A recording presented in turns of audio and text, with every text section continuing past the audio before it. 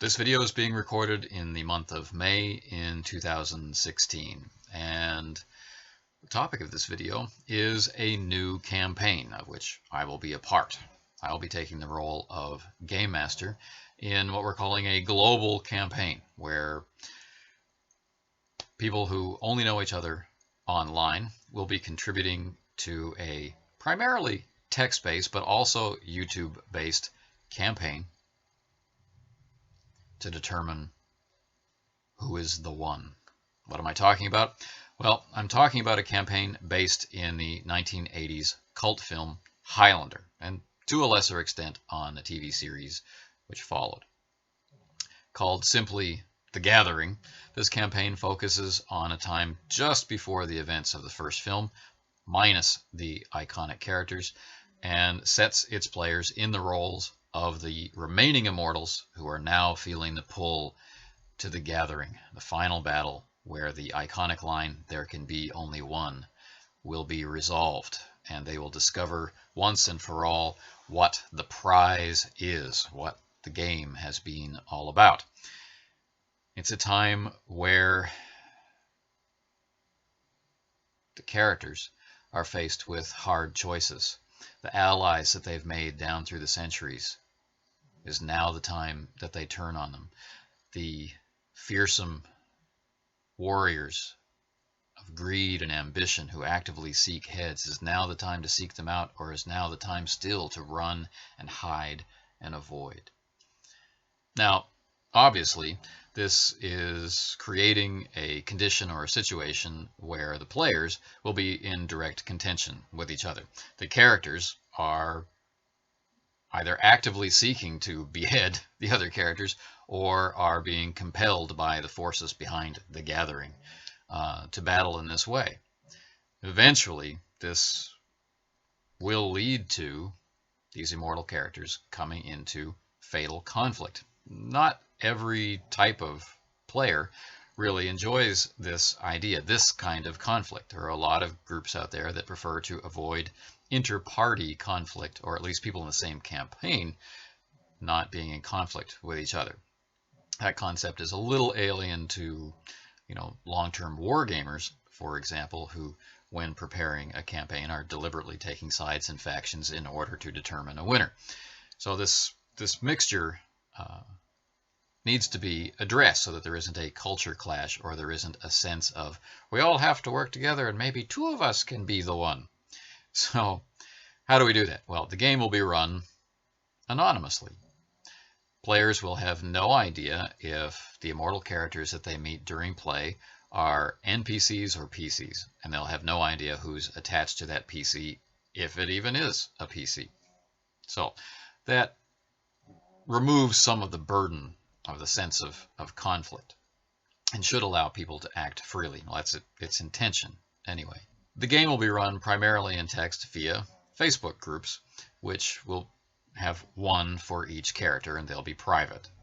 But how do we get a sense of the whole world if everybody's playing privately and no one has any idea who's a PC or who's an NPC? A lot of the drama of it may be lost. And so there's another component. That's the YouTube component. And one of the cool things that I liked a lot about the original Highlander was the gradual reveal of the immortal characters to the world around them, and what resulted from that. The eyewitness reports. How does Ramirez track down Connor in the first place? He's following stories and legends he heard about a man who, right, that kind of thing. And the opening battle in the wrestling stadium,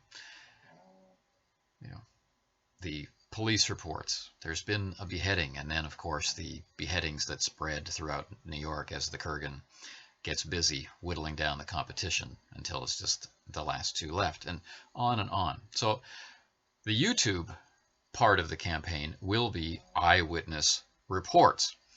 And of course, to preserve the anonymity, the eyewitness reports won't really relate to what you yourself are playing through. And so this has a double purpose. One, it exposes you to more of the events that are going on, things that your character might experience through a TV news report or a radio report or the newspaper or what have you, gossip on the street. And it disseminates that information through the whole playgroup. So we have a sense of the wider world around us.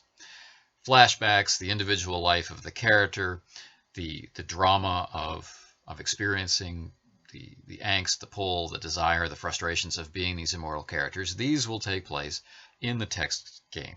And this will be something that we can share after the campaign has run its course.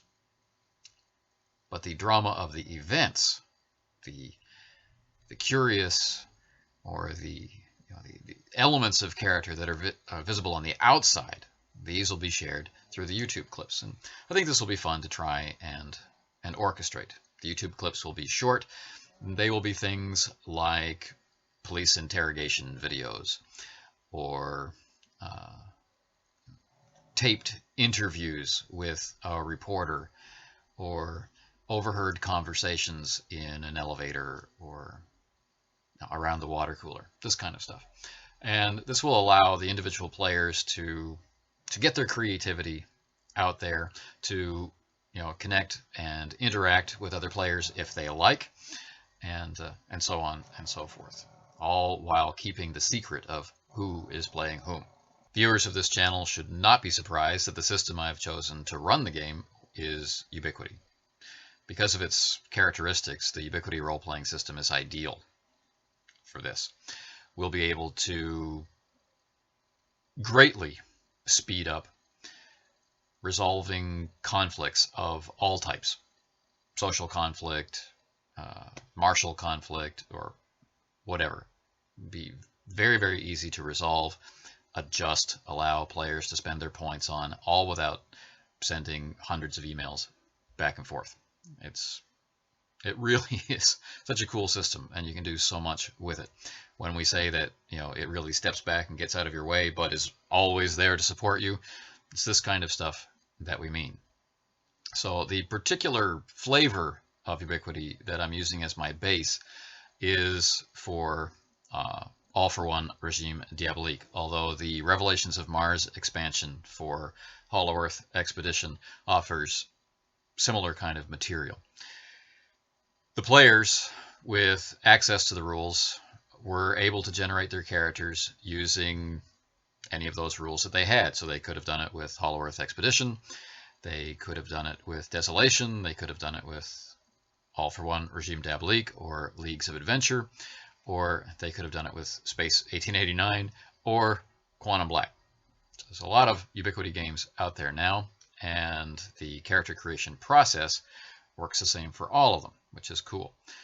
There were additions that I made to represent the special abilities that we get hints of in the film and in the TV series, that the sense that another immortal is around, and how do they hide their swords anyway, and stuff like that. But for the most part, you could just simply take any of the core books and build your character, and then in email discussions with me, which at the time of this filming are now beginning in earnest, finish off your character.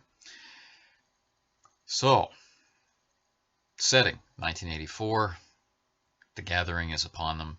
The immortals are slowly being drawn together to the place of the gathering. It's a campaign run both in text and with, I guess, a side effect of videos on YouTube, which is run anonymously, no one knowing who is playing which immortal characters. It's being run using Ubiquity. It has members both from the RPG Brigade and from other places. Gamers who are familiar with and are completely new to Ubiquity. So it's a real meeting of minds, playstyles, games, and gamers from all around the world. And this pleases me greatly. The initial idea for this comes from a conversation I had with an old friend, now no longer with us, a long time ago. And it was this type of campaign that he was maybe famous for, arranging them for Battletech and Shadowrun that I've talked about before, involving lots of players in separate groups and using different techniques of bringing people together and allowing them to really experience a game to its fullest. And running something about Highlander was something that we would talk about, late at night. Him sipping his tea and me having my Coke with no ice. And now's the opportunity where such a thing can be made to happen. So I look forward to sharing that with all the players and with all the people who come to view it and read it later on. An immortal legacy.